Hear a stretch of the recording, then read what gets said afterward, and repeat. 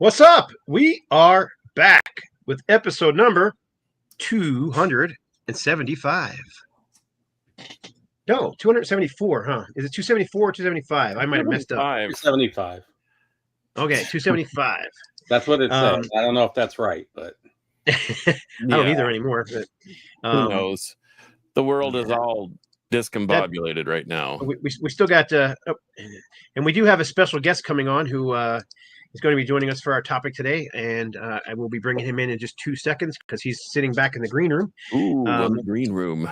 In the green room. So he's back there gorging on green M&Ms and he's going to trash the place. Bottles of fine vodka. Yeah, it was the brown M&Ms that were the problem. And of course a bunch of Coors Light. So he's having a good time back there. Because you can't be American without having some Coors Light. So that's right. Well, and I don't know what do they drink in Massachusetts. I think he's from up in that area. So Massachusetts is what's Sam Adams? Yep. Well, no, is it Yingling that's up there, the oldest beer in the country? Maybe we should just ask him. All right, well, let's bring. Anyhow, his name is Brandon Battick, but we'll bring him on. Then we'll get into our shout outs. And then we'll get into our program. But here he is. Welcome, Brandon. What's going on? Is. Thank you. You're right. I am hammered. It's good to join you guys. I appreciate the green M&Ms in the green room. I'm going through the feels right now, so I can really use them. So thank you. Yeah, we put the green M&Ms in there with the vodka and the beer. That way, if there's throw up somewhere, we know who did it. We know it's from our show because it's green. So yeah, we got that going for us. But anyhow, before we get into everything, and before we get into talking about our guest, you guys, first of all, I got a shout out. Usually, you guys go first, but I have a big one today. So today is my 36th wedding anniversary. So. Yay for me and my wife. We've been together for that's unheard of in this day. We've been together for 42 years, literally since high school. So we met in when we were in the 11th grade and have been together ever since. So kind of hard to imagine, pushing 60 these days. It's kind of hard to imagine my life without her. So, but in any case, we also lost Ozzy Osbourne, which is a big deal. Kind of everybody's saying it's shocking, but I think they obviously had to know. I mean, he didn't look that great on stage when he did that show the other day. So, but regardless, he's obviously a legend. So much respect. Rest in peace, Ozzy. What you got, Steve? Anything? No, you pretty much said it. Yeah. Oh, wait, I did one more thing. Hang on. This is just another big one. This Thursday night, Lizzie Borden, Appointment with Death vinyl. I got an advanced copy of the silver version of this. This goes on sale. First time on vinyl in North America. There was like 100 copies pressed in Greece at one time on one label, but this is the first time it's ever been on vinyl in North America. It's got 3 different colors. I guarantee it's going to sell out because the distribution company took more than half the copies already. So, but the silver edition you can get on boonsoverstock.com, and it is the only one that comes with the little extra stuff, but it's got this kind of cool smoky, I don't know how good that's showing up, vinyl. And then it's got, where's the stuff at? It's got stuff in it, like Kiss Alive. Remember when Kiss Alive used to have all that cool crap in it? Oh yeah. So it's got the little. So who's in Lizzie Borden these days? By the way, I mean, is that? It's pretty much the same guys except for a guitar player who passed away, years ago. Okay. Still his brother Scott on drums, and still Martin Anderson on bass. And then if you get this version, it also comes with the little appointment with death certificate that's not yet signed. So kind of a cool little thing. That was actually Rob Caldwell's idea to do that. So if you get the CD version, the deluxe CD version, it comes with an appointment with death appointment card for Dr. L. Borden. So anyhow, I got an advanced copy, but that goes on sale this Thursday if anybody's interested. So there you go. I'm done. John, you got anything? No, other than to introduce our guest, and then I've got picks of the week, and then we got our video, which I haven't put in there yet, but I'm going to do that soon. So okay, yeah, we actually. Well, but go ahead and introduce your guest first. Yeah, this is Brandon Battick. He's a funny guy. And I mean, not funny, but he's actually a comedian. And I don't know, he may be funny that way too. I don't know. I can't judge. But he and I met in Braintree in Braintree, Massachusetts, at I the think, Widowmaker? it was Braintree. Yeah, over there by DJ No Means Nothing, or whatever that guy's name is, who was spinning records there that night.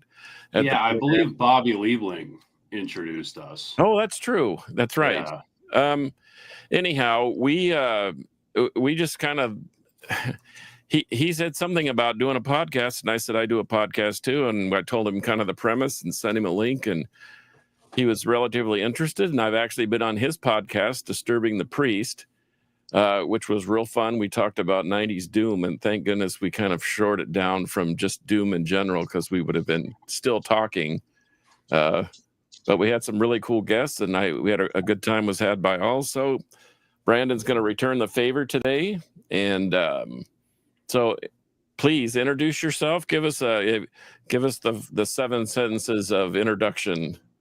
Sure. So I am Brandon Battick, and, I am a comedian, I guess, but it is really hard to have any kind of humor today because of the loss of Ozzy Osbourne. And I know it's like I'm on the younger side, and it's like the joke is that he's going to die. He's going to die any second, but he seems so immortal, I think this might be the first time Ozzy's ever been sober now that he's dead. But other than that, it is a very, very sad loss. I also have a podcast, Disturbing the Priest. I had Brian Slagle on last Friday, and I've had a lot of awesome guests, a lot of like world thrash metal from all over the world. Even I had a thrash metal band from Iraq on like a year ago, which was insane. There's so much great thrash metal all over the world where you would never expect it to be. And I'd like to have some more doom on, but good mix of that. I'm doing more like ranking videos now, but yeah, that's pretty much everything I'm doing. And Disturbing the Priest, I should have I'm gonna put a link in there right now. Cool. And I'm on you YouTube streaming. Yeah, you mentioned you were doing are you doing a stand-up movie or a like a 1-hour stand-up thing that you're going to present, or? I have no plans to put out like a comedy special right now, but I am planning to put out like maybe like single bits and stuff on the YouTube channel. But yeah, other than that, like I'd love to do a special one day. Maybe in the next like few years, but the 14 minutes that you sent us were absolutely hilarious. Thanks, man. Very funny. Very funny stuff. Okay. Much appreciated. Well, so welcome aboard. Since you've been on this time, now you're part of the crew. You can come back anytime you want. So open invitation. Well, thank you, man. And I love the show. I've been watching a few episodes because like I collect vinyl.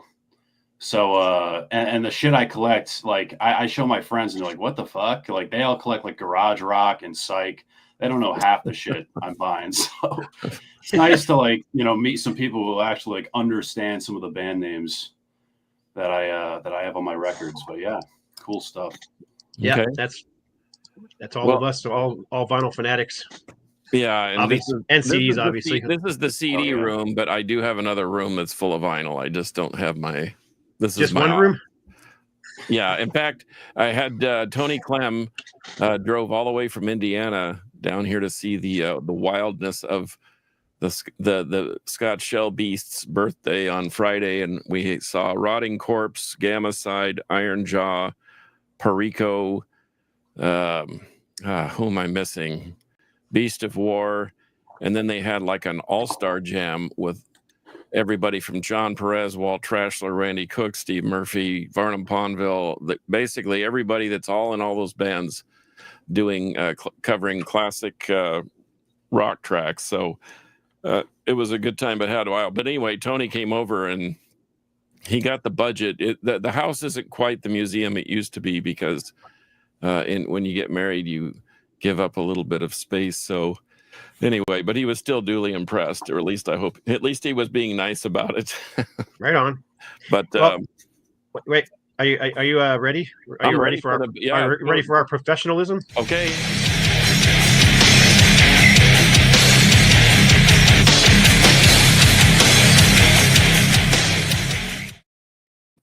Oh, It's time for the pick of the week. That is badass. freaking awesome. Okay, that was well worth the wait. So Thanks.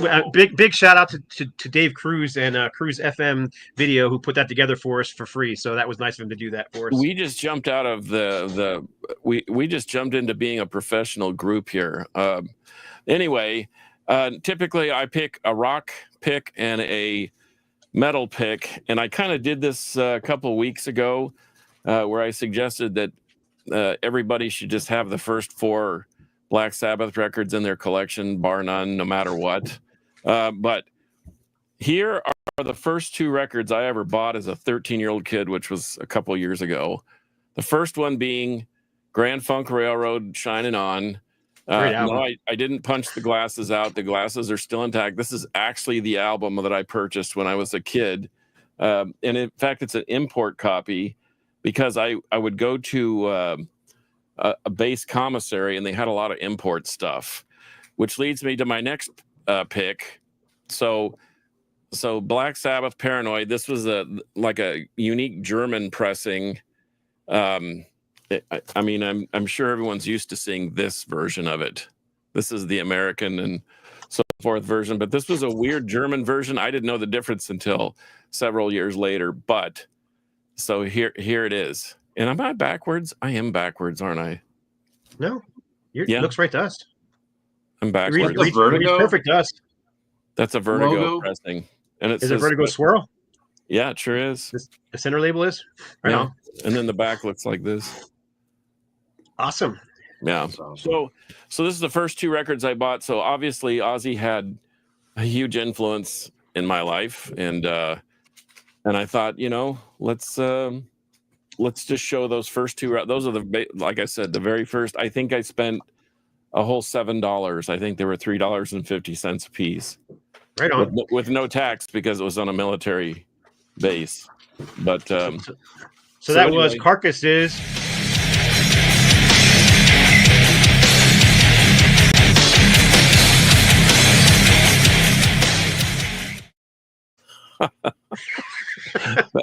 that was killer. That's killer. That's funny. Anyhow, I don't know if you've seen the parts of the show before, but what we used to do for his picks of the week is we would just go pick of the week. Well, now we have a real explosion. So now we're 100% professionals. Now we're going to start making the big bucks. How about that? Look, I'm right. Can you read Carcass in the background? Yeah. Right there. Yep. I read it right behind your head. Yep. And I don't hear Steve now. Brandon, can you hear me? Yeah. Yep. Okay. You're good. So anyhow, let's get into the show then. Is there anything else that you wanted to add, Brandon, before we get into showing some live albums? Yeah, I have a couple if I can just show off like a couple records I got recently. Go for it, man. You're the guest. Do it. I just got this, and I'm so fucking pumped that I found this Mekong Delta, their debut. Just fucking killer stuff. Some amazing tech thrash. Like orchestral thrash is so fucking cool. Got a promo of this at Purchase Street Records like 2 days ago. Fucking killer stuff. Paid like $20 for it. It's like unplayed too. Great stuff. And one more just to celebrate Ozzy. I have a bootleg from 1970. The record's not from 1970, but it's from a performance then. They do like a 20-minute version. It's Warning Part Sleeping Village from Warning Part 1 and 2 is like a whole disc within its own. And I know people are really like not into the Sabbath jam stuff, but just the face melting solos from Tony and Ozzy improvise some like vocals. This is just fucking awesome. But yeah, just wanted to show those off. But right on. Yeah, I'm ready to go if you guys are. Okay. I love that that old 70s jam stuff. It's what makes those 70s live albums so special, 100%. I mean, what's the point of we're getting into the live albums now, so might as well talk about it. Kind of, what's the point of a live album if it's exactly the same as the album? Right. Well, I did it this whole time and didn't even realize it. And see, that was the whole thing. And we had touched on this a couple weeks ago, where we talked about if it can't be played like it is on the record, then why record it? You know what I mean? Yep. Why do all the studio tricks and trick it up, and then you go to see them live and you're like, doesn't even sound like the same song. Emerson, Lake and Palmer was famous for that. They recorded their trilogy album just so they could play the whole album live, because they couldn't play Tarkus. Like half the songs from those earlier albums they couldn't play live because the synths and stuff were just so over the top that he couldn't keep up, you know? So, well, I did a top 10. I actually followed the semi-directive, and so I did kind of a top 10. So you want to just start with number 10 and go around the horn? Yeah, we'll start with Steve and we'll go around clockwise. But I just said pick 10, so everybody knows, you know, a bunch of my favorites because I've shown them before on my channel. So I picked some other favorites than I did the same thing, and I did a couple of non-metal too, just stuff that I love and wanted to share. So go ahead, Steve. Show one of your favorites. You're first, and then we'll go John. One of my favorites, and this is one I found by accident at Goodwill. I found the cassette or the CD of this like 20 years ago. But it's Les Claypool's Fearless Flying Frog Brigade. I don't know if you guys have heard this. This is him doing Wish You Were Here, the whole Wish You Were Here album from Pink Floyd. And it's fucking amazing. I love this thing. It got released for Record Store Day like 5 or 6 years ago on vinyl. But man, this is some of the best stuff that Les Claypool's ever done. And really worth picking up if you find it. And then I got 3. I'll show a couple of these real quick just because they're all non-metal. Another one, I'm a huge X fan. They've always been a favorite of mine since the early 80s, or since the mid 80s. But this is Live at the Whiskey in the mid 80s. Fantastic. It pretty much covers their first 4 albums or so. Love this one. And then one of my all-time favorites, I talk about these guys all the time, the Allman Brothers Band. This is live at the International Pop Festival here in Atlanta. The cool thing about this is you get 2 full sets, and you kind of see what they're really like, because they do a couple of songs twice, and one version will be like a 10-minute version, and one version will be like a 27-minute version. So it's really cool to hear the difference between the two, but another really killer album. And then you can go, John. I'll show metal for the rest of it. Okay. Well, I've got. What I did was I did a top 10 and then I did some runners up. So I'm just going to show the runners up. I don't know if you've heard this. Frank Marino, the box set, live at the Agora Theater. It's like 5 sessions, 5 shows. I wonder if that's the ones they pulled the Record Store Day albums. Yes and no. I think I'd have to do a little investigating, but this thing is absolutely stunning, especially if you love Frank Marino, which I do. So live at the Agora Theater didn't make my top 10, but it's still worthy. I didn't want to include too many bootlegs, but I got this from a German friend of mine. It's Violence, Bodies on Bodies. It's a live set from a place in Florida. And I mean, Eternal Nightmare, Serial Killer, Calling the Coroner, Bodies on Bodies, Phobia, Paraplegic, Kill on Command, and TDS. Take it as you will. That can't get any better than that. And you know that floor looked like a permapress cycle on your washing machine. Exodus, live at Studio 54. I don't know if this is a real deal or not, but it sounds phenomenal. It's number 71 of 250. Exodus, Deliver Us to Evil, A Lesson in Violence. And then there were none, Metal Command, Piranha, and Strike of the Beast. Didn't quite make the top 10. And I couldn't leave this out because when it finally came out, I was like, thank you, at last. It's so bad, though. I know, it's bad, but it was Black Sabbath, and I didn't care. No, I know. And when I was younger, I really didn't care. I don't know if you've heard of Radio Moscow. Yep. But killer 70s fuzz rock. And this is live in California. It's a massive record. It sounds pretty phenomenal. And then dirty little secret, I love Earthless. And the Live in Mojave stuff that they've done, the High Desert stuff, is absolutely crazy good. So those are my runners up. So here's my number 10. Believe it or not, Dream Theater, Live at the Marquee. Oh, that's a good one. Yeah, I forgot about that one. You can find this. This is a German pressing from '93. This is so you want to talk about improvisational prog rock. There's barely any vocals, but it is absolutely stunning. So I'll check that out. I kind of stay away from like the live prog metal stuff because it usually sounds too close to like the studio. No, this is a complete jam session, and it's only one CD. So there's Metropolis, Fortune and Lies, Bombay Vindaloo, which is really cool. Surrounded, Another Hand, The Killing Hand, and Pull Me Under.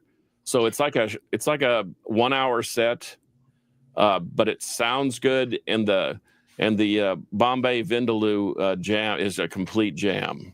I think you'll really dig it, Brandon. Especially, I try to stay away from that too because the whole Neil Morris transatlantic and all that other stuff is just it's too much. But that thing is exceptional. In fact, that was further up on my list, but other things have taken over.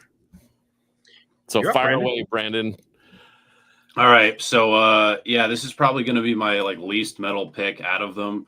Honestly, I'm not like super into live records because I've always like found more enjoyment out of the studio versions because sometimes you get like feedback and get all that shit. And sometimes I'm like, why am I not like listening to the studio version? But for me, it's like, okay, if it's good, like improvisation, the sound and stuff. And I know this band is probably like a newer band coming up, and they do have a few metal records. I loved their like prog metal album they put out recently. I'm talking about King Gizzard live at Red Rocks. This is their first appearance there. This is a 12 LP set I have. It's all 3 nights. This thing. Yeah, it's 3 songs actually, but it's great, man. This thing rips. They like the thrash metal they play on that. They play faster. They play with so much aggression. It's just it reminds me a lot of like the thrash metal they play. It reminds me of like Metallica's performance in Seattle. It was like Seattle. What was that, 87, that like famous Seattle show? I forget what it is, but a lot of like the aggression, like from the box set, kind of like the box set stuff, the San Diego and whatever, San Diego live shit or whatever. I guess a bit of that too, but like I love the playing on it. There's amazing solos. They jam at such like an amazing like level of like musicianship. It's just so great. Like there's everything. If you're into like all music, like metal, everything, it's on this record. And that's why I like it, because as someone who likes like mostly all genres, it's just such a great balance of everything, and how they interweave every single like genre is crazy. I feel like that's what we're seeing now with music is like bands are coming up with influences that are just fucking like everything. So they're starting to interweave all that, and to hear all those like pretty much mix in a blender is just like really cool. And they just do such an amazing job at it. But that's my pick. King Gizzard live at Red Rocks 20. When is it? Has anybody else live at Red Rocks 22? Amazing. I've never listened to that band, and so now I'm gonna have to. Here's my problem with King Gizzard. I don't want to get into them because there's a new record like every 3 weeks, and that's not even an exaggeration. They started in much stuff, man. They started in 2010. They have I believe 28 records. In October 2 years ago, they put out 5 albums in that 1 month. Wow. Okay. Yeah. Well, I'm gonna dive into them. Just on your recommendation, check out if anyone's gonna check out any of their records, check out Infest the Rat's Nest. That's their like attempt at thrash metal. Excellent stuff. Right on. I'm gonna go with Fate's Warning, Awaken the Guardian live, which is a 2 LP set. The CD version is like 2 different CD versions. You can get a 4-disc version with a DVD and more songs than you could listen to in your lifetime, which is really cool. But there's also I think a 2 or 3 CD set, and then a 2 LP set. But it's all songs from the first 3 albums. They play the Awaken the Guardian album in its entirety. John Ark sounds freaking amazing. Matthias is just on top of it here. This is just a stellar live album. They also do they do the Apparition, Damnation, Night on Brocken, and Epitaph from the first 2 albums as well. So I've just been in a Fate's Warning kick for the last 2 weeks because I've been working on a bunch of Fate's Warning albums and solo albums for one of the labels that I work for. So Jim Mattheos' 2 solo albums and John Ark's first solo album and Fates Warning Live Over Europe are all going on sale July 31st. And this one just went on sale too, but this is also live at the Open Air Festival. But this is not this, obviously totally different lineups, totally different styles. Is that Ray Alder? Definitely. This is Ray Alder. This is John Ark, and this is prog metal. This is prog rock. You know what I mean? It's definitely there's definitely a difference in those two lineups. So anyhow, love Fates Warning, especially the first 3 albums, and that live album is just fantastic. So my next one's going to be non-prog thrash. Cool. And I am way behind on things. I don't think this has been put on vinyl. I hope it does if it hasn't. But I had to go with SOD Live at Budokan. This is just such a great live album. How did I forget that? So many people that know SOD don't know that this was released, but it's fantastic. And I had this for like 20 years before I found out it wasn't at Budokan. It's at the Ritz in New York City. They just thought it would be funny. And that tells you everything you need to know about SOD, that they would call it Live at the Budokan. But man, this is fantastic. If you like thrash metal, this should definitely be in the collection. So we're getting lots of comments about Ozzy on here, so I kind of got behind on the. Sorry guys, I got behind on your comments. I'm trying to catch up now. So yeah, I'll put them up. And if you got any questions for anybody too, you put them up here, including our guests. Okay, number 9 for me. Judas Priest, Unleashed in the East, and yes, this has the 7-inch included. But I mean, and if you're Unleashed in the East, why not have the Japanese pressing of it too? I don't know. This after Deep Purple, Made in Japan, this was probably my go-to live record. And Brandon, I'm kind of like you. Live records have to be really, really good and accurate, but free-spirited, so to speak. So. But that's what this is. This emulates a Priest live show, and so I had to include it. That's my number 9. Nice, awesome. Yeah, I've always been like kind of bothered by the like crowd noise on that one occasionally. Like that's a pet peeve I have with some of the live records is when they just like they shove the mic into the crowd. The problem with Japan is Japan isn't loud. It shows like in America and Europe, they get quiet.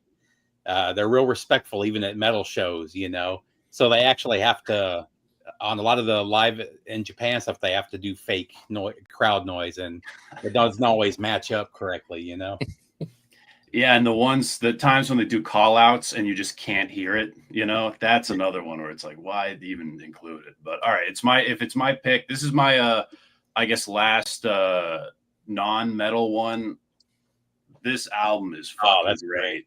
One of my favorite live albums of all time. It was like after I heard Bad Music for Bad People, like their comp, I checked this out, and this made me a fan like right away. This is everything I like in a live record. The intensity's there. It's played like faster. It's just so good. You got, People Ain't No Good. What's Inside a Girl, which is played like amazingly. Heartbreak Hotel, like a really, really like gritty cover. Aloha from Hell, Can Your Pussy Do the Dog, which is just such a great song name. And they end with pretty much Surfing Bird. But it's just an amazing set list from an amazing tour. And yeah, this is what a live album should be. Like, she's one of the most underrated guitarists ever. She truly is so good, and nobody ever talks about her. Yeah. Amazing band. Like really. Yeah. Psychobilly. Amazing.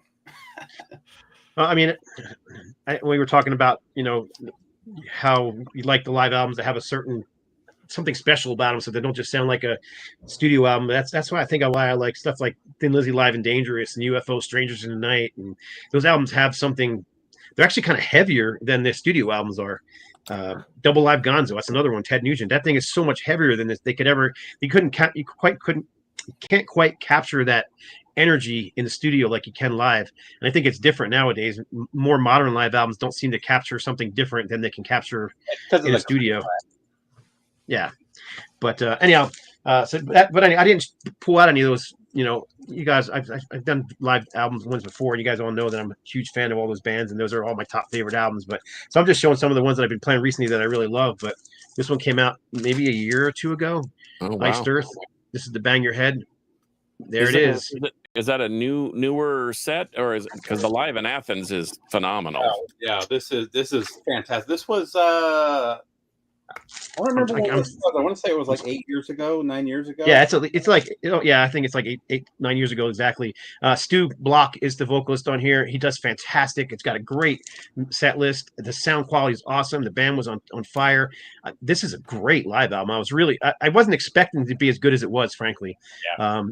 But yeah, this thing jams. They jam. They're really good. Unfortunately, this thing's really hard to find on vinyl, but I do know one company that has copies left if anybody's interested. I believe it's Backbreaker Records. I'll look it up real quick while Steve's talking and put it in the list. Yeah, I'm not gonna. I had this pulled too, just because you mentioned it. Alive in Athens. If you get this, get the 3 CD version of it. The box set of this, for some reason, doesn't sound. The vinyl box doesn't sound as good. No, and the DVD is great too. Since you mentioned Judas Priest, I had to pull this one out. This is still. I hate that it's my favorite Judas Priest live album, but it still is. Man, Ripper just murdered this thing. It's the best thing that Ripper's ever recorded. But 98 Live Meltdown, man, he kills the Halford stuff. He kills his era stuff. Man, it's a must-have. You're not going to find it on vinyl for a reasonable price, but you should at least have it on CD in the collection. Agreed. Okay, here's my number. You can. All right, I'm going to interrupt you real quick because I just found out that the last remaining copies are at girdermusic.com, and they literally have the last copies on sale for $19 each. Wow. So I will post that. Yeah, I'll post that link up there, and that's for the blue vinyl.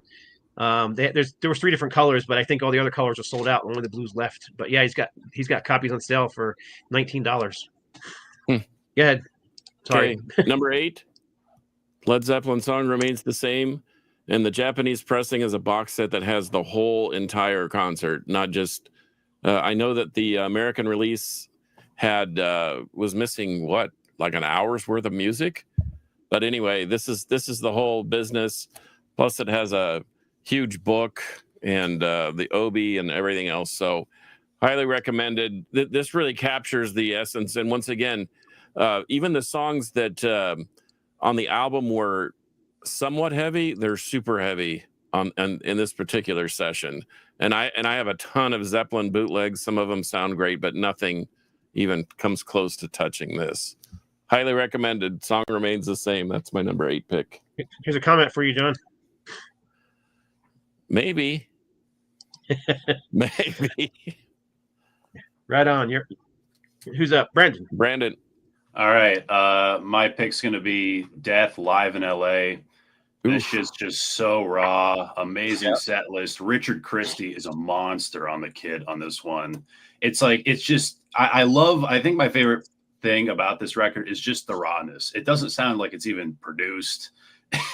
There's it's just like a raw, rip of the board. It's so great. Such an amazing, probably like my favorite, death metal live record. Great stuff. There's not a whole bunch of killer death metal live records. I have a Grave DVD that sounds phenomenal, but they just don't put out vinyl, of a live death metal show. Maybe Undergang from Denmark does. They put out a live album about every 3rd year. But doesn't Deceased have a live album out on vinyl? Deceased, yeah. But they're more of a kind of a thrash. Aren't they more thrash than death? Yeah, they're more thrash. Deicide is a pretty good one. Well, yeah. Anyway, what say ye, Scott? This is a recent release on vinyl, but it's been out for years. But this is King's X Live Love in London. This is a 3 LP set. Yeah. It's one of those. It's actually the packaging is kind of cool on this thing because it's one of those. Let's see if I can get it to open up. So it's got there's the one spread, and then it's got a third one in there, but it's like a book. Very Great live photos, fantastic sound quality on this thing. Rob Caldwell did the mastering on it, and it sounds amazing. And it's also a great set list. That's the other thing, that they just chose some of the best songs, man. They start off with Groove Machine, which is one of my favorite King's X tracks. So yeah. So there's, I don't know where we're at, number 8. There's my number 8. 8th pick. Yep. It's funny you showed that one because I actually have King's X Live All Over the Place, Which is also a great fantastic album too. And this one is cool thing about this one is disc A is electric, and then disc B has an acoustic section. It's fantastic, and then it finishes off with electric again. But this one blew me away. This is one of my favorite King's X releases. Another one that really needs to be on vinyl. I wonder if any of that is on here, because that what label is it on? Cover. It's Metal Blade. Show me the front cover of the record. This one? Yeah. Live Love in London. Okay, it looked like a similar picture of the, but it's not. Yeah, no, this is a more recent concert, produced by Wally Farkas of Galactic Cowboys fame. Yeah, this is early 2000s when this one came out. So. Yeah, that one's great too. Yeah, John. Okay, I have about 60 Jimi Hendrix bootlegs, and I love Hendrix, and I know you do love Hendrix, but I settled on this one. I was going to go for Rainbow Bridge, but Hendrix, Band of Gypsies, is just so killer. And if you do the one, you've got to do the you got to do two. You got to do the second one too. So both of the Band of Gypsies are my number 7 pick. And I could listen to this thing on the loop, just even if it's just for Machine Gun is one of my favorite tracks. And I was just gonna say Machine Gun's freaking killer on that thing. Yeah. So and it's hard to argue with Hendrix, but I mean I've got so many, and some of them are really, really well recorded. That Live in Copenhagen. I think we listened to that when you were here, Scott.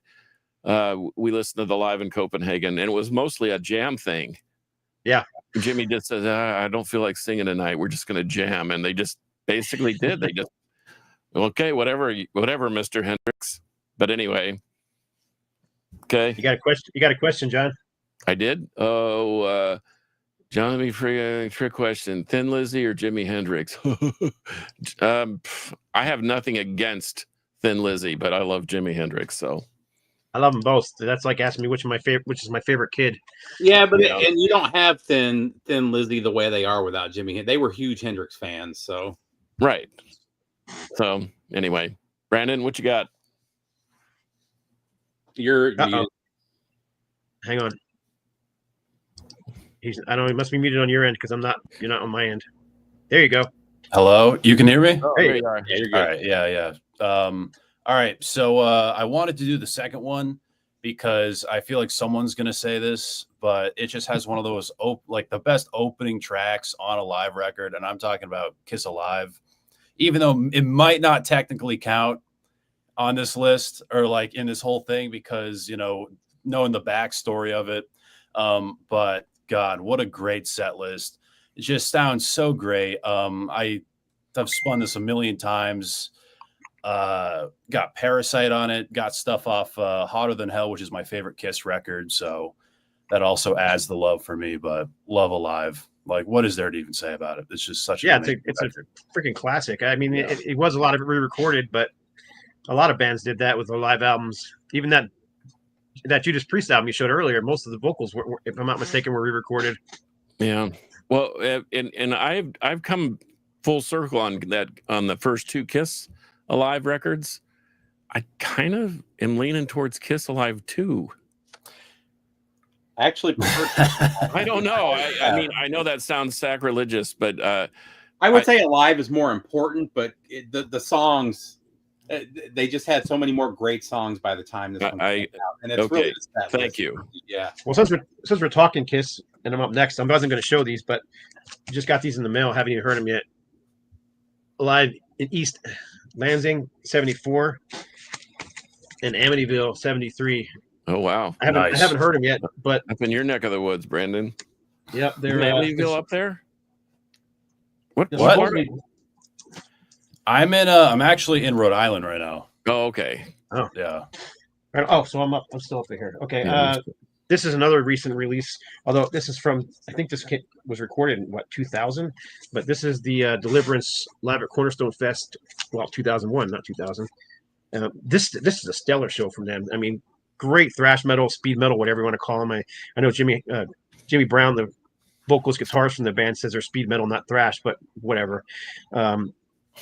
Great set list. That the sound quality is great. And this was like a reunion show. Actually, it says on the bottom, the Triumphant Return, because they had broken up a few years earlier and they got back together and started recording a new album. And this was like the first time they got back together to do a show at the Cornerstone Festival. And yeah, they played the main stage there, and it's a 2 LP set. And this thing sounds fantastic. And I'm not a huge fan of thrash live albums because they tend to be sloppy. You know, thrash is such a technical form of music, and that fast down picking. You got 2 guitar players that are trying to do the same thing at the same time. It's just, I don't know. Like Nuclear Assault's official live album is horrendous in my opinion. Even that Testament album that ended up coming out in what was it, 83, 85, whatever it was. Yeah, there was a reason that it was only released as an EP originally, because you hear the rest of the songs later on, and it's like, oh, that's why they didn't release those songs. So anyhow, but it's hard to be that tight when you're a thrash band, and the fact that you're up there, you know, headbanging and thrashing around the stage and having a good time. So you're not trying necessarily to be tight, but they were super tight on that Deliverance live album. You got that one, don't you, Steve? You should check out Razor live in Japan or Power Trip live in Seattle. I've got the Razor. Razor's good too. Yeah, there's just a lot of some good ones. It's just there's a lot of bad ones. Understood. Well, what I loved about all the Metallica live from the 80s is, again, they weren't using a click track, and they played a lot faster live than they did in the studio.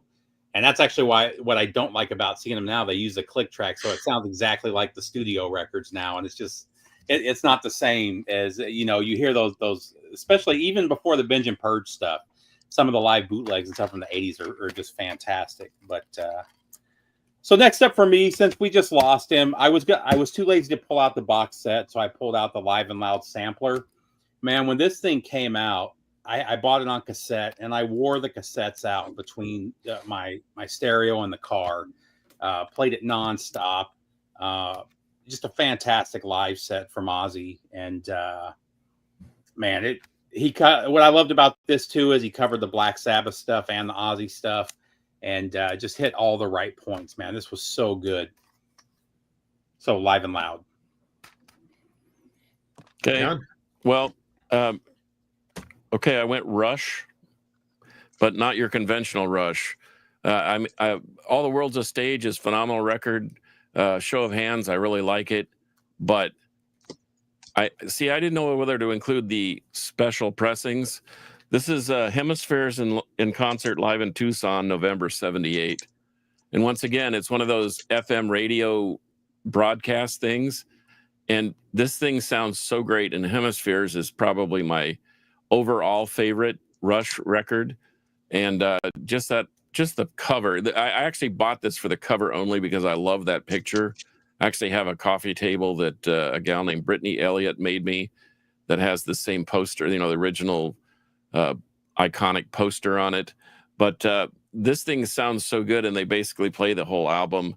But they do start off with Anthem and Passage to Bangkok, and then they go into the and then they end up with their encore is Farewell to Kings. So I don't know. This thing is so killer. So that's this is a go-to rather than the other Rush Mercury releases.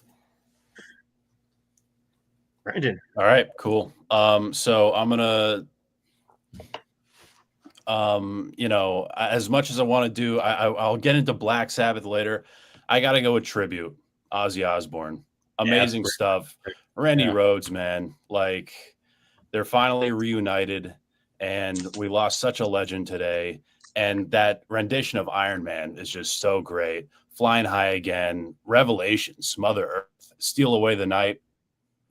Probably like the two most underrated like Ozzy songs from that record. Really amazing B-side for Blizzard of Oz, but Tribute's just such an amazing record. Such an amazing record. Great stuff. But that's my pick. I agree. I also thought the one they did with all the Black Sabbath songs was pretty cool too. Yes, I know a lot of people don't like it, but that was great. Yeah. I love that one too. I almost pulled that out too. Speak of the Devil, Talk of the Devil. Yeah, it depends on which Both. version you have. Yep. And buyer beware, the VHS is different than the record. Completely different set list. And it's the same cover. Go figure. Right here. Yep, there you go. It's just for me, Tony Iommi's always been the man. It's hard to hear it without him. Yeah, there's no doubt. He's got a sound that's untouchable, and a style. I mean, he's got a style that's all his. I call it charisma. But I'm gonna kind of move away from the metal stuff and because I've been in a huge kick of this 70s stuff recently. So I've been listening to a lot of Bachman Turner Overdrive and Humble Pie. And Rockin' the Fillmore is one of the greatest live albums ever, in my opinion. I believe this is the first album without Peter Frampton on it, because this would have been the early 70s when this thing came out, right? 72, maybe 73, somewhere in that area. And Frampton played on the first 4 or 5 albums, so this was all Steve Marriott here. And oddly enough, none of the Frampton tracks are on here because Shine On was actually a big hit for Humble Pie, and that was a Frampton track. But just again, it's a jam. That's what I like about it. It's just a big old long freaking jam. Kind of a boring cover, but it is iconic as well. So if I was to put it out again, I would not change a thing about it. Humble Pie. So I'm going to go with bringing it back. No, I'll come to that in a minute. This one I just actually picked. It's one of those records that I could have swore I had on vinyl, and I was going through to listen to it and found out I didn't, and I knew the local store had one. So, man. My mom hated this album cover when I was a kid. She told me to get rid of the cassette. I didn't, but Live in the Raw from Wasp, just one of my favorites when this came out. Another one where I just completely wore the cassette out. Man, this thing was so good, and cool to have it on vinyl now too. But man, it's such a great lineup and. Oh man, he won't even play a lot of these songs now, does he? Is he doing like a beast anymore? Or it's not even on here, is it? Yeah, he's playing a lot of the old stuff again. Oh, is he playing it again? Because I know for a long time he wasn't, but another must-have in the collection for you guys that are into the live stuff. Well, speaking of which, our buddies from Creeper, my brother-in-law. Tex Duncan, they broke out Blind in Texas. This is their first cover tune, and man, what a great song. And to hear them do their heavier rendition live is really, really good. Once again, I'm hearkening back to my childhood. Grand Funk live. I almost pulled that one too. once again, it's hard to say which is better. And so Caught in the Act, well, it's kind of the same problem we have with Kiss Alive 1 and 2. I think there are better songs and more good songs on this one, but I mean this thing basically was, this is the reason why they sold out Shea Stadium in 15 minutes, 68,000 seats. And one of the cool aspects of driving around the country is we had a show in Flint, Michigan, and Tony and Scooter and I went over to the Grand Funk or Grand Trunk Railroad trestle that's been painted over with the Grand Funk thing and got our picture taken. And it was iconic for us. And I don't know why, it's just graffiti, but it's been there since 71, so you have to participate. But Grand Funk Live, I think that's number 5.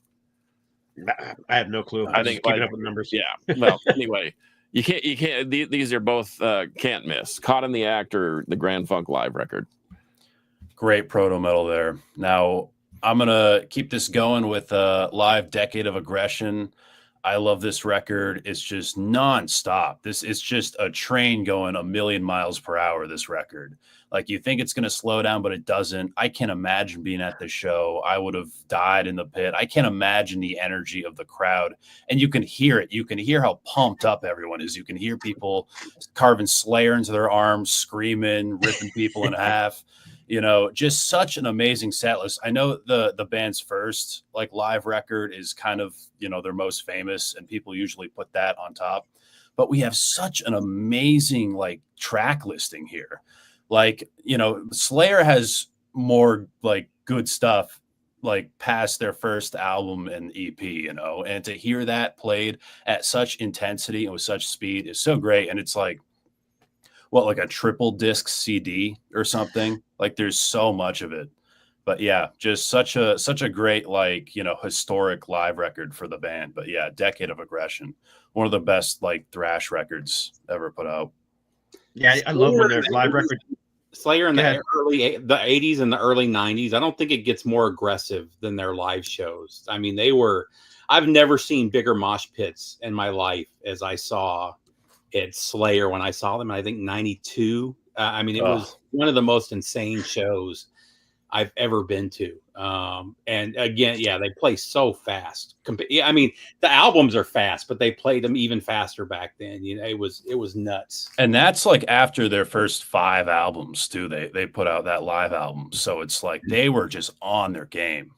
Like it was peak Slayer. It really was like 100%. The peak of their career.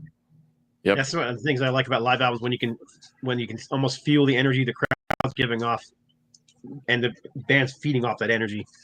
I mean, yeah. I said I was, on a huge 70s kick, and I said Humble Pie and Bachman Turner Overdrive. Another one is Mop the Hoople. I almost pulled that one out, but I knew you would. I just listened to it 2 days ago. I just been on a huge Mop the Hoople and Ian Hunter kick. I do that all the time. Ian Hunter kick recently, in the last couple months. So, but yeah, this is a classic live album. I mean, classic 70s album. That one with the Columbia Record Club thing. That was one of my. Yeah, I remember buying this as a kid and just staring at that back cover with all those people like hanging from the rafters, wondering what the heck's going on there. It's just they were such a weird band. One of the original, 70s glam rock bands.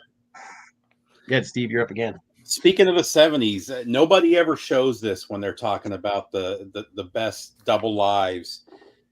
This one is super underrated and super overlooked. It was one that I overlooked until recently. John Bitbot Boom told me about it, said I had to get it, and I bought it, and now I can't stop playing it. But Quo Live, man, this is 12 out of 10 right here. It doesn't get much better. This is them at their peak. They were never real big here in the U.S., but in Europe they were one of the biggest. They were kind of like Grand Funk was here. They were huge in the 70s, and almost nobody knows about them now, which is sad. But you can't go wrong with the Quo Live stuff. So everybody should have this. If you're into hard rock and metal, this should be in the collection. Okay, well, only because the Poser King down in Houston mentioned it, I'm going to skip over my previous pick and just go ahead and tip my hand. Deep Purple, made in Japan. The Japanese pressing has all 3 sessions mapped out on vinyl. That's why I like it. However, this is probably what you're used to listening to. I think this was the 5th or 6th record that I purchased when I was 13 years old. So I think I purchased the Grand Funk Red album, Aerosmith Get Your Wings. That's the 3rd and 4th. And then the 5th and the 6th was Deep Purple. And then the Black Sabbath self-titled. So that was standing right next to this one at the cash register. But anyway, you've got to have this was the epitome of a live album. This was my number 1 for the longest time, but and for good reason. The playing is phenomenal.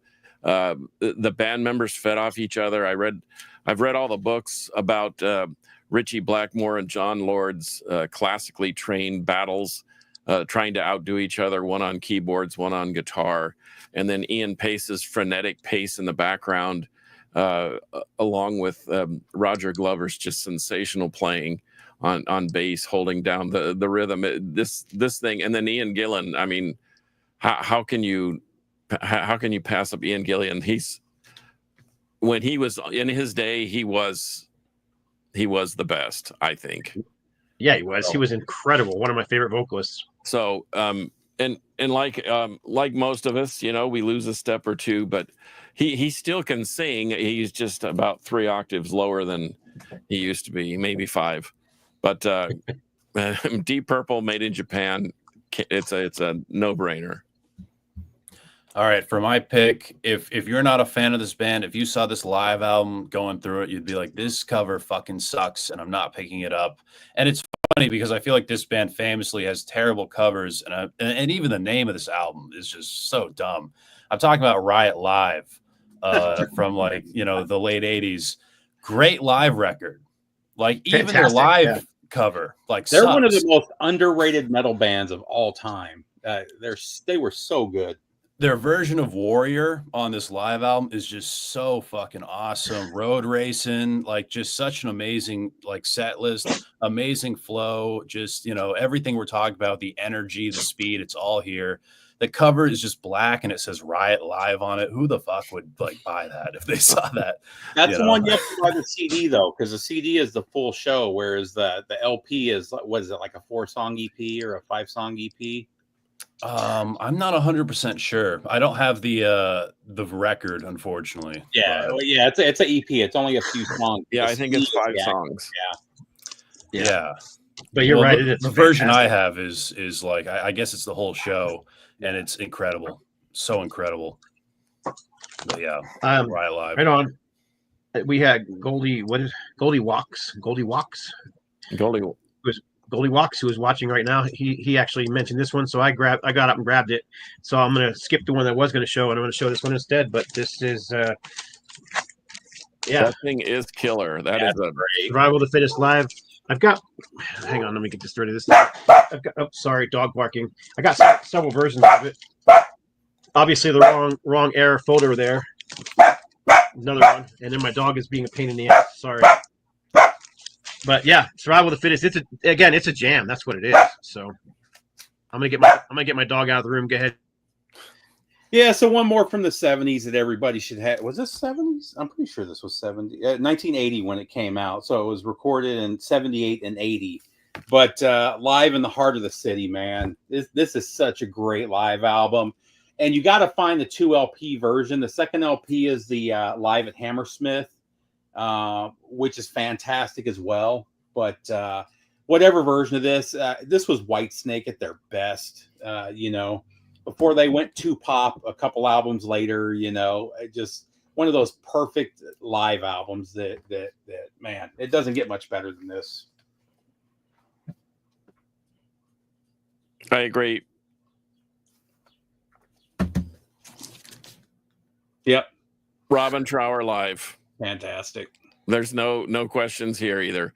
Then say what you want. And Robin Trower was writing songs when he was 15, 16 years old with Procol Harum, like Whiter Shade of Pale, which has been covered by Sammy Hagar and a million other people. But this thing, this is exactly this is what you want to hear from a live performance. You want to hear those studio songs done correctly, but with a little bit of flair and a little bit of heaviness, a little faster than normal.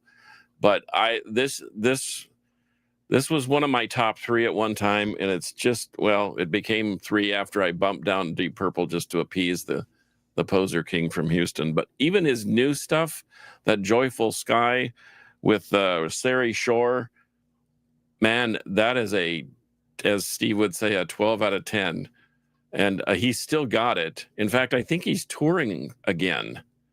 So if he's anywhere near Dallas Fort Worth, we're gonna go see him. And but Robin Trower Live, just get it. He great live. He came out with a Live in America. It's a 2-disc set where he has basically a song recorded in cities all throughout the United States. Doesn't quite have the flow of this. And I've got some bootleg stuff too from him special pressings, but it just doesn't have the quality of this. I mean, this was done the way a live album should be done. So can't miss. And now it's going to get really interesting with 2 more picks to go. Yeah. Now, 1987 was a great year, especially in concert. And I'm talking about Abigail Live.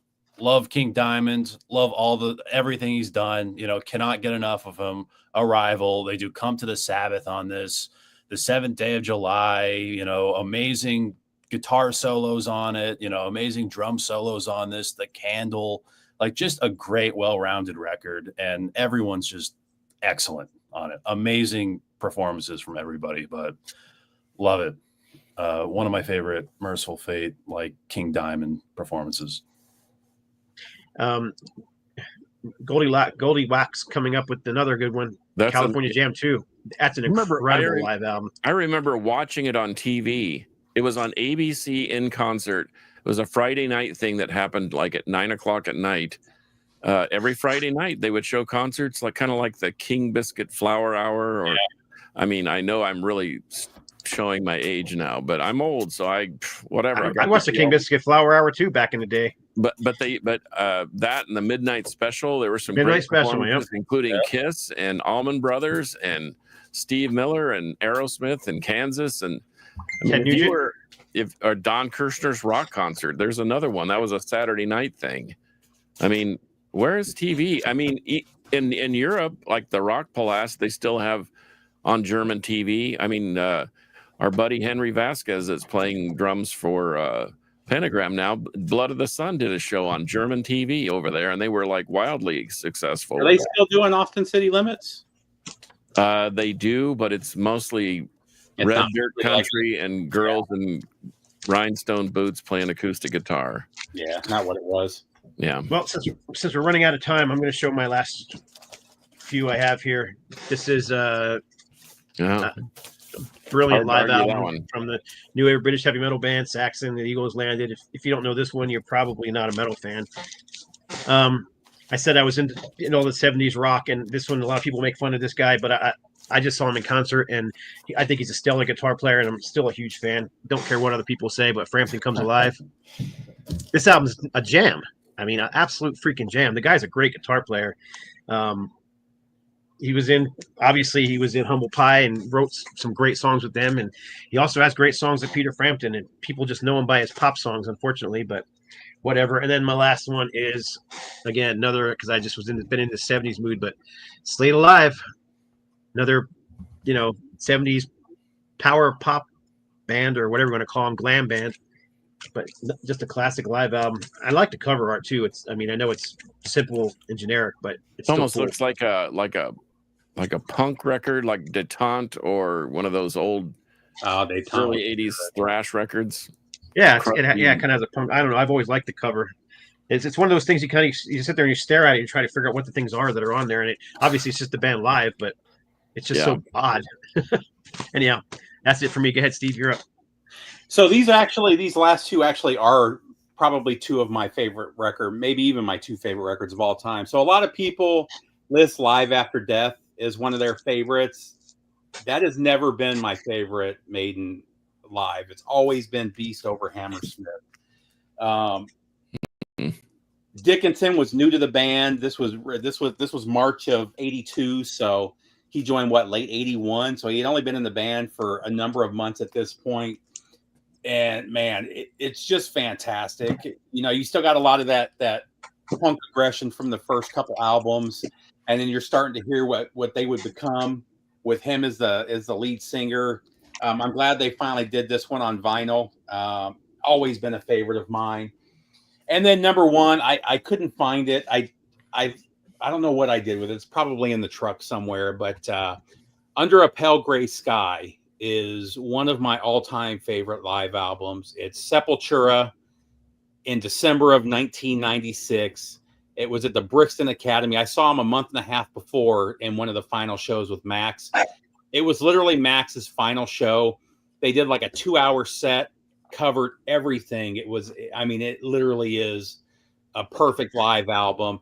And he literally walked off the stage, walked out of the Brixton Academy, and he was out of the band. He didn't say anything to anybody in the band. He just left. And just kind of a last hurrah type of moment, and it's one I wish they would put it on vinyl, but it's two full CDs. So it'd probably be like 3 or 4 records, but man, I saw that, like I said, I saw him a month and a half before that at the first Ozfest. It's one of the best live shows I've been to. They were one of my favorite bands. So that's my number one. I do want to show one, and I always talk about this one kind of edition. I actually like this so much I bought a copy and sent it to Scott like, I don't know, maybe a decade ago. And it was one that I bought. It was kind of I like Dokken. I don't love Dokken. But I saw this. It's live from 81. So, I mean, this is early for Dokken. I think this is the best thing Dokken ever released, man. This thing sounds fantastic. You know, it's guys, they hadn't been signed to a major label yet. They don't have, you know, they still have that hunger that they would lose. You know, they weren't the superstars that they would become shortly after when the egos kick in, you know. And it's just one of those moments in time that's really worth having. Really killer though, but it's called From Conception Live 1981. So, okay, cool. I like Dokken. You're rocking with Dokken. Okay, one of my favorite bands, and it's no secret, is Blood Incantation. And I couldn't really decide between three, so I'm just going to show all three real quick. This is a video of a rehearsal for Hidden History of the Human Race. And you want to talk about raw footage. This is just someone with a VHS camera on a tripod, and it's filming the four of these dudes just blistering through the whole album. And it's 40 minutes of mayhem, and it's absolutely stunning. And so, yes, I still have VCRs in my house. The other thing is they can go from that to the quiet, cool, calm nether regions of outer space with Time Wave Zero. And this show from Denver called Enter the Stargate is so cool. And they do a couple of extra things. There's 30 extra minutes with an encore set. It's like 83 minutes, but this is chill. If you're wanting to just relax, you've had a bad day at the office, sit down and watch this on a big screen in 5.1. It is so good. But they actually put out, I got this directly from Paul. This is live vitrification. One side is like silk screen with all these alien etchings. And then the other side is actually an 18-minute song that you can only get through this. But I don't know if you can kind of see the etchings and the baby and the pyramid and all that. Man, I love this band. They can do anything. We saw them last year with Midwife, and they absolutely shredded through every song, slowed down, floated through these ambient sections, and it was so good. And even Steph, who had never seen them before, and I'm not sure knew that much, except she's from Denver, and she knew they were from Denver, of course. She just said, I don't know what I just saw, but I loved it. And that's exactly how I feel every time I see them. And so, not to disappoint, everyone knows that my favorite band in the universe is Osric Tentacles. This is live at the Pong Masters Ball. I love this record, but what got me into Osric Tentacles is I was listening to this live under Slunky in a record store in Houston that our Poser King is very familiar with, called Vinyl Edge. And he didn't have this album in stock, but he had Strangitude. So I bought it and never looked back. Osric Tentacles is awesome. They're one of those bands, again, they can jam, they can do intricate things. They have I have a Jordan Rudess solo album, who is the keyboard player for Dream Theater, and he's got Ed Wynn, the guitarist for Osric's, and Zach Wilde playing on the same song. So he's got chops, and that's what I love about Ed, is that he's the chief songwriter, and now his wife is the bass player, and they are able to pull great people in and just still put out great music. And I think they're on album number 24 or 5, and Ed has several solo projects, and you just can't go wrong. Osric Tentacles, do a deep dive, ask Scott. Scott didn't know who they were, and we started talking about it. Now Scott's just like me. He's a huge fan and clamoring for the next record. So, Brandon. All right, cool. My last two, I'm just going to do my second real quick. Rude Awakening by Megadeth. Megadeth's one of my favorite bands of all time. The Dread and the Fugitive Mind opener has always just been just so awesome. They do Hangar 18 into Return to Hangar, which is just so great. Angry Again, Reckoning Day, a lot of great cuts on it. Yeah, Dave might sound like a Muppet on some parts, but still an amazing fucking record. I've always loved Mustaine. I've always loved the musicianship on that record. All right, for my number one, I kind of hate to talk about this record because of everything that happened today. But just quick honorable mention to Cross Purposes Live. This is one of the greatest Black Sabbath live albums of all time. We get the Wizard live on this. This is 3 whole eras of the band on one live album. I believe it was released as like a VHS tape. I'm not really sure about the specifics there, but like Symptom of the Universe played in full on this. Time Machine Dehumanizer opens up this record. It's just fucking killer stuff. Is that Tony Martin singing? Tony Martin, yeah. Yeah. Tony Amazing. Martin, he's the only one. I love Ozzy. He's my favorite era. I love Dio. But Dio singing Ozzy wasn't great. Tony Martin's the only one that was able to pull off like every single era of Ozzy. Or I'm sorry, every single era of Black Sabbath pretty much flawlessly. Truly. And I know he can even like the Ian Gillan stuff. I bet he can pull off too if he ever did that. But my number one, I think it's the best live album they ever put out. Live at Asbury Park, 1975. This was made official recently because of the Sabotage box set, one of the most legendary Black Sabbath bootlegs ever. This thing just fucking rips. The band's in their prime. I always thought that the mid-70s was Ozzy's best vocal era, and that's on full display here. Tony Iommi is amazing. Bill Ward has amazing drum solos on this. One of the best set lists the band ever did. You know, the Sabotage era, are you fucking kidding me? Like, I think they're the best album they ever did. Rip Ozzy Osbourne, the greatest frontman of all time. This album is so fucking legendary. I'm going to drink and spin this to death tonight. But it's my number one pick. Awesome. And I will say about Ozzy, even when I saw him in the 90s, he controlled a crowd like I don't think I've ever seen anybody control a crowd the way he did, and would get the crowd quiet and then hyped, and then I mean, what he would totally have you under his spell. He is one of the greatest frontmen of all time. Like just his presence, just him entering a room alone. You know, the whole vibe. In the 90s, he was already walking. He was already all messed up and having trouble walking and with his arms, and still, man, he would get out there and just come alive. And man, it was just an experience back then. I was fortunate enough to see them on the very first show of the End Tour, which was in Denver, and one of the last shows that was here in Dallas. And he shuffled out there, and you're like, oh no, what are we about to hear? But once he got behind the mic, it was just it was just like the old days.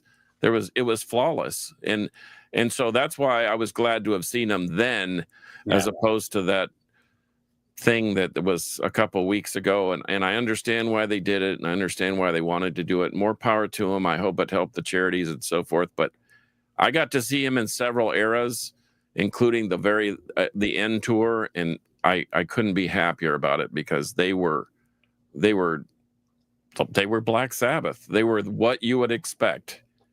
And he sounded great on the Back to the Beginning thing too, like very suspiciously great. But I thought he sounded like I watched the live stream. I thought he sounded great. You know. Yeah. Well, and once again, there's a lot of things that can be tricked out, but man, it all starts with a riff, like you said. Iommi is. I'm not sure. Iommi is like the foundation of that thing, and then Geezer, we haven't mentioned him, but yeah, between those two and the classic drums, I mean, Ozzy. We've talked about it. Geezer was the most underrated part of that band. Those bass lines are some of the best bass lines of metal, and gave them that metal sound almost, you know. But yeah, it's too bad that Ray Gillan didn't really get his shot at that, because I think that he would have surpassed Tony Martin. Not that Tony Martin is a slouch, and I have nothing against him. Have you heard that? Ray Gillan? Yeah, it's fantastic. I've got the 2 CD version of the album with Ray Gillan on the second disc. Well, Badlands Dusk, by far is the best metal rock, hard rock record maybe of that era, in the 90s. bar none. That thing is phenomenal. Great riffs, great Have you hooks. checked out Red great Sea, vocals. John? Have you Yes. seen that? Okay, Yeah, I got that from Greg That's Chasen. great too. I got it right here, actually, like the Ray Gillen. Oh yeah, there you go. Spin that too so before you good. get too hammered tonight, Brandon.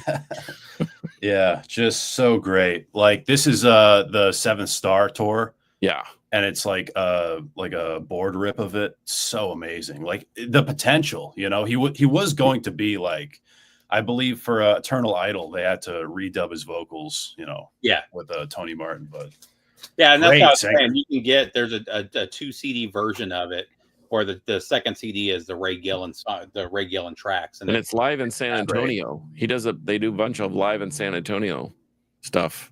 So, but anyway, well, thanks for hanging out with us, Brandon. That was absolutely fun. Thank you. My pleasure. I was a little down today, but you know, talking to you guys, definitely feeling a little better because this is good. Maybe one of the saddest, like the saddest day in heavy metal. So glad we were able to like talk some music and yeah. Well, that's the times. beauty of records and tapes and CDs and VHSs, is you can harken back and look at and watch that stuff. And we didn't just lose a metal icon. I mean, it's literally somebody that created the genre, you know. right. The One voice. of the guys Yeah. that created the genre is you know. Absolutely. Hey, Brandon, where can people find you at? So if you want to be updated with my comedy stuff on Instagram, you can follow me at Brandon Battick. Battick is my name. Also, check out my podcast, Disturbing the Priest. You can just look up Disturbing the Priest podcast on YouTube, Spotify, Apple. I'm everywhere. I have episodes every Friday, and I have clips on YouTube every Tuesday. But yeah, that's where you can find me. Speaking of great Black Sabbath songs, that's one right there. Yeah, one of the best like Sabbath records too, in my opinion. And I mentioned earlier, in a couple days, the Earth stuff is coming out. They just announced that, and I think it's on the 27th. I pre-ordered that, yeah, and it's not all Earth.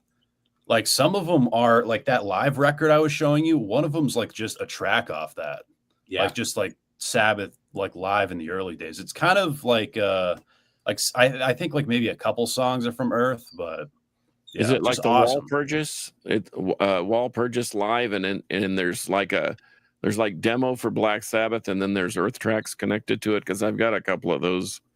I think the Whatever Rebel it is, is on it. It's the first. They're saying it's the first time any of the stuff's been officially released. So I mean, it's actually the band that's doing it. It's not bootleg or any of that stuff. So I'm excited. Right on, I hey. have it pre-ordered. So John, where can people find you at? At Carcass John Art on Instagram, and at 128 DB Rock. I have the Crypt and Carcass John's alter ego. And if you download the free 128 DB Rock app, you have access to those shows for up to 7 days after they air. So check that out. And if you want to just message me, you can just message me at carcassjohn@hotmail.com. I know my wife thinks that's funny that I actually have a Hotmail still, but I do. Right on. Steve? yeah, Harmless Rebel at YouTube and Harmless_Rebel at Instagram are the best ways to find me. Right on. You can find me on Instagram at No Life Till Metal. You can find me on YouTube at Scott Waters or No Life Till Metal. You can find me. I'm easy to find. Just type in No Life Till Metal, all one word, and you'll find me somewhere, because I'm on all the different platforms doing stuff. So that's it for this episode number 275, our favorite live albums. I want to give a special thanks to Brandon for coming on and hanging out with us. You're always welcome back whenever you want. You ever have an idea for a show, just hit us up. You have something to promote, hit us up. Yeah, even if you can only come on for a few minutes, you're always welcome. So awesome. You guys know how to be back. Awesome. You guys know how we end it, right? Metal will prevail. And this is where I leave you all hanging and looking. Oh, wait.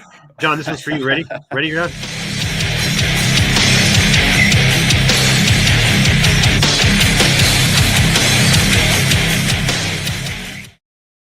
Yes. I'm going to have a whole show of Picks of the Week just so we can play that riff. I will see y'all next week.